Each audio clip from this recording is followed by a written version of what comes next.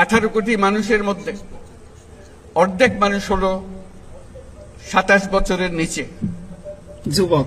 চিন্তা করেন কিরকম তরুণ এই মানুষ, বাংলাদেশের মানুষ। এটি আমাদের সম্পদ। সারা দুনিয়া অবাক বিশ্বে আমাদের দিকে তাকিয়ে আছে, কখন আমরা তাদেরকে সাহায্য করব ওই তরুণদের পাঠিয়ে। কারণ সারা দুনিয়াতে তরুণদের অভাব, কোন দেশে তো তরুণ নাই বলতে গেলে। কাজে তারা আমাদের দিকে তাকিয়ে আছে। এটাই হলো আমাদের সুবর্ণ সুযোগ, তাদেরকে এগিয়ে যেতে দেওয়া, তাদেরকে শুধু বাংলাদেশকে পরিবর্তন করে না, পৃথিবীকে পরিবর্তন করার সুযোগ তাদের কাছে এসছে। আমাদের কাছে দরখাস্ত আসছে, আমাদের কাছে এতজন পাঠান, আমাদের কাছে এতজন পাঠান, আমাদের কাছে যত পারেন পাঠান। এটা তো 2025 সালের কথা। 2026 সালে কি বলবে?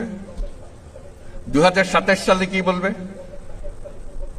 হাত জোর করে করে আসবে।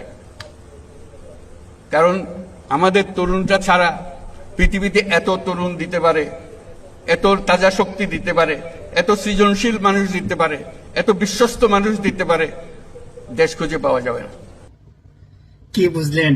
বিদেশের মাটিতে কিন্তু আসলে চাহিদা আছে বাহিরা মানুষের কাজের, কিন্তু দালালের চক্করে পড়ে কিছু মানুষ কষ্ট করে, কিছু মানুষ কাজ পায় না, কিছু মানুষ তো ধোকায় পড়ে। আবার জাল কাগজ সবকিছু, দুনিয়ার সব সমস্যা শুধু দালালের মধ্যে। না হয় সব ঠিক ছিল, চাহিদাও আছে।